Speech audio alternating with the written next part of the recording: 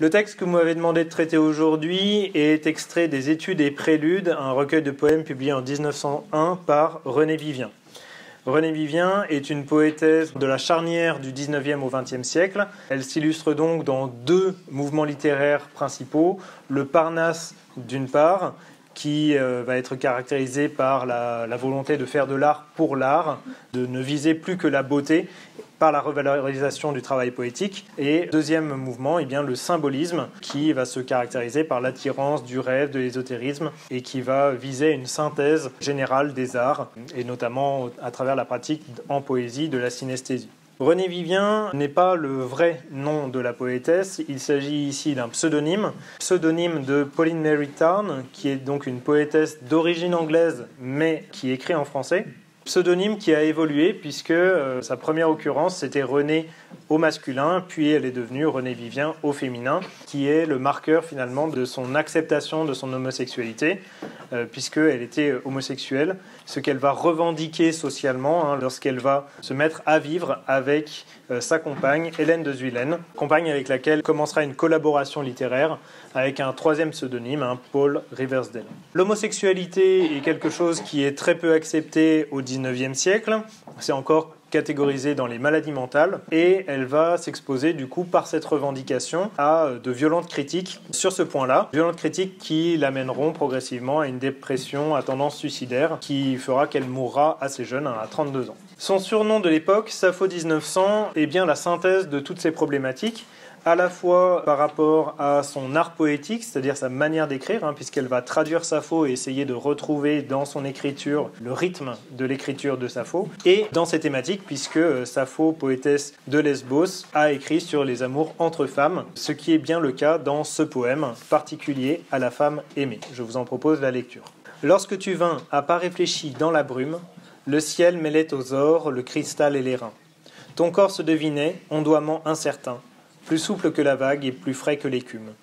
Le soir d'été semblait un rêve oriental de rose et de santal. Je tremblais. De longs lys religieux et blêmes se mouraient dans tes mains, comme des cierges froids. Leurs parfums expirants s'échappaient de tes doigts en le souffle pâmé des angoisses suprêmes.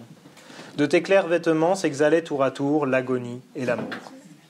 Je sentis frissonner sur mes lèvres muettes la douceur et l'effroi de ton premier baiser. Sous tes pas, j'entendis les lyres se briser, en criant vers le ciel, l'ennui fier des poètes. La question à laquelle nous allons essayer de répondre à travers ce commentaire linéaire sera la suivante. En quoi le sentiment amoureux brouille-t-il les limites entre la femme et le monde ? Pour répondre à cette question, nous découperons le texte en 3 mouvements. La première strophe d'abord, dans laquelle nous allons avoir l'apparition progressive de la femme aimée, puis les 2 strophes centrales ensemble, qui montrent l'interaction qu'il va y avoir entre ces 2 femmes, puis enfin la dernière strophe qui montre les limites de la poésie comme preuve de l'intensité du vécu. Je commence ainsi le commentaire. La femme aimée, qui est convoquée par le titre, qui est essentialisée par la majuscule du titre, va apparaître par l'intermédiaire d'un complément circonstanciel de temps. Lorsque tu vins. Ce complément circonstanciel de temps va être complété lui-même par 2 compléments circonstanciels à pas réfléchi et dans la brume qui vont venir modaliser un petit peu cette arrivée. Il est intéressant de voir que cette arrivée se fait dans la brume, qui est un élément météorologique qui est là pour montrer justement le brouillage qu'il va y avoir entre les différents éléments, puisque la brume est elle-même un mélange d'eau et d'air, et à l'intérieur de la brume, il est difficile de voir de manière nette. De la même manière, l'expression « à pas réfléchi » peut sembler étonnante puisque les pas ne sont pas censés être réfléchis et ça pourrait tomber dans le cadre de la figure stylistique qu'on appelle l'hypallage, qui est l'attribution d'un adjectif à un nom auquel il ne devrait pas normalement être attribué. Donc cette apparition se fait dans une confusion générale à la fois météorologique et syntaxique, et le contexte va se dessiner ensuite. Le ciel mêlait aux ors, le cristal et l'airain. La confusion se poursuit à travers le choix du verbe « mêler », qui est un synonyme de mélanger, de brouillage. Nous avons 2 éléments purs, l'or et le cristal, et un 3e élément qui lui est un alliage de cuivre et d'étain, sachant aussi que l'airain est le métal qui est censé être utilisé pour créer les cloches, et donc nous avons à la fois des sensations visuelles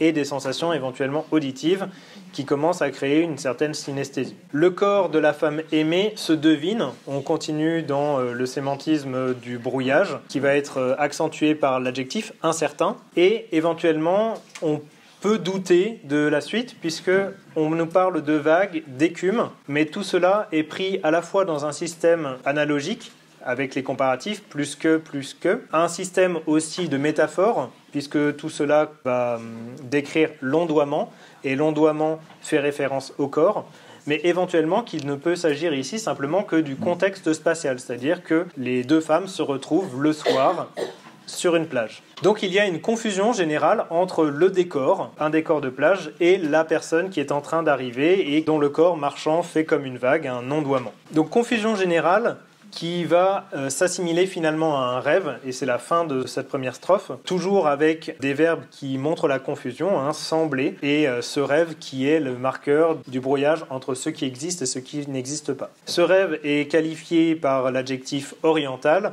qui connote ici tout un imaginaire érotique typique du XIXe siècle, et est lui-même complété par les groupes prépositionnels de rose et de santal, qui vont faire appel à la fois à la vue, avec la couleur, et à l'odeur, puisque la rose est une fleur odorante et le santal est un bois odorant. Donc les effets de synesthésie vont se perpétuer. Tout est brouillé, aussi bien lexicalement que stylistiquement que dans les sens. La femme est le monde dans lequel elle apparaît. Je passe ainsi à ma deuxième partie qui va mettre en scène l'interaction entre les deux femmes.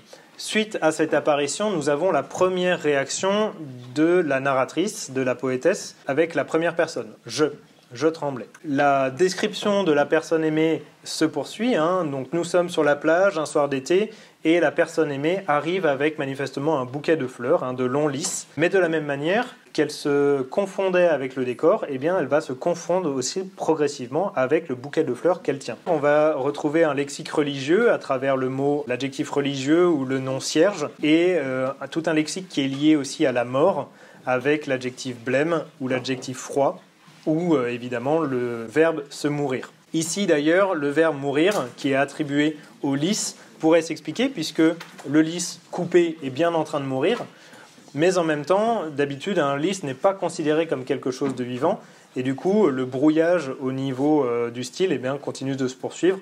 On pourrait éventuellement aller jusqu'à dire qu'il s'agit d'une personnification, même si ça pourrait être un peu excessif. En tout cas, éventuellement, une hypallage. Le poème se poursuit ainsi, avec le parfum des lys, le déterminant possessif faisant référence au lys. Toujours ce problème d'hypallage, puisque le parfum ne peut pas mourir. Or, ici, c'est ce qui est dit, un parfum expirant. S'échapper de tes doigts. Donc il y a une confusion entre la main qui tient les fleurs et les fleurs elles-mêmes. Le brouillage entre la femme et le monde continue de s'opérer. On continue encore avec les hypallages en le souffle pâmé. Un souffle ne peut pas s'évanouir de plaisir. Il est le marqueur de l'évanouissement, mais il ne s'évanouit pas lui-même.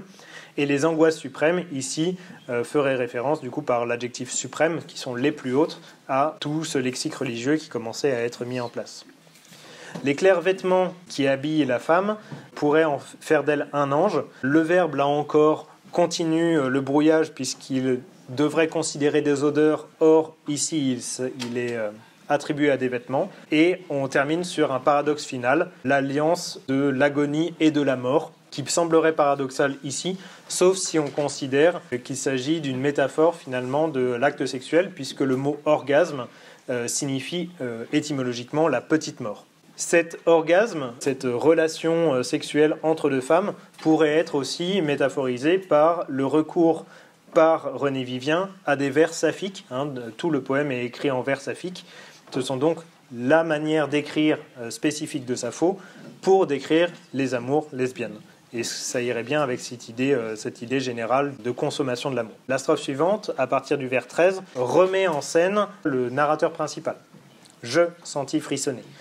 Toujours ces effets de brouillage, puisque le verbe sentir peut aussi bien concerner le sens du toucher que le sens de l'odorat. Donc il y a toujours une synesthésie qui s'opère à ce niveau-là. Les lèvres muettes, on retrouve la figure de l'hypallage. Les lèvres ne sont pas muettes, c'est juste l'usage de ces lèvres qui éventuellement peut l'être. Et là encore, amour qui va concerner douceur et effroi qui va concerner agonie, se met en place progressivement une nouvelle figure qui est la figure du chiasme, la figure de l'enfermement, mais l'enfermement amoureux, comme elle pourrait être embrassée éventuellement. À ce propos, on peut faire une remarque sur les systèmes de rimes, qui sont des rimes embrassées suivies de rimes suivies. Mais du coup, on pourrait tout à fait les considérer à la fois comme embrassées pour les 4 premières, mais aussi embrassées pour les 5 dernières, de manière à ce qu'il y ait un double embrassement qui se fasse, donc un double embrassement amoureux. Arrive ici une nouvelle idée, l'idée des lyres qui se brisent. Ici, c'est la fin de la poésie qui commence à être sonnée. Cet ennui fier des poètes qui va s'arrêter, dans le sens où la poésie devient impuissante par rapport au vécu. Et donc ces lyres qui se brisent vont émettre un son métaphorique, puisque ce son n'existe pas. Les lyres ne se sont pas brisées et pourtant il y a un son. Avec l'adjectif décru, on a toujours la référence au contexte géographique, puisqu'on serait éventuellement sur la plage. L'adverbe languissamment fait toujours usage d'hypallage, puisque le son ne languit pas. Et dernier élément, la blondeur et de l'apparition finale va ici synthétiser tous les sens, avec la vue qui vient s'ajouter finalement à l'odeur et au son. On a donc bien une synesthésie à l'œuvre dans ces 2 strophes. Dernier élément intéressant, c'est le chiasme, dont on a vu qu'il se mettait en place au début de cette strophe. Et bien en fait, il va s'opérer sur toute la strophe au travers des jeux des premières personnes et deuxième personnes, soit des pronoms, soit des déterminants possessifs. On va commencer et finir par la première personne, et la deuxième personne sera au centre de la strophe.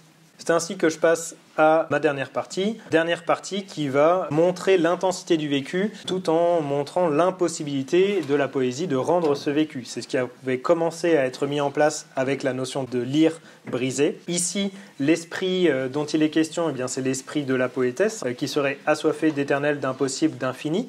Dans l'énumération ternaire, quasiment trinitaire, on retrouve des noms communs qui sont caractéristiques de la divinité qui sera annoncée à la fin. Ainsi, la poétesse, assoiffée de divin, aimerait pouvoir chanter ce divin par l'intermédiaire de la poésie. On retrouve ici la notion assez commune d'inspiration, la poésie étant désignée par l'hymne de magie et d'émerveillement. Mais il va y avoir une rupture avec la conjonction de coordination à valeur adversative, le « mais ».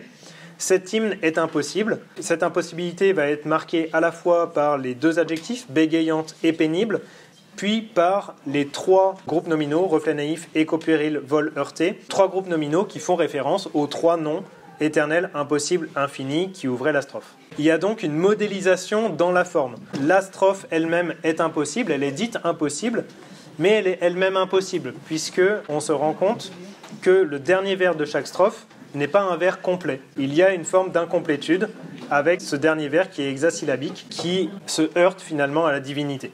En quoi le sentiment amoureux brouille-t-il les limites entre la femme et le monde ? Alors on a vu tout d'abord qu'il s'agissait bel et bien d'un poème amoureux qui parlait aussi bien du sentiment amoureux que de l'acte amoureux.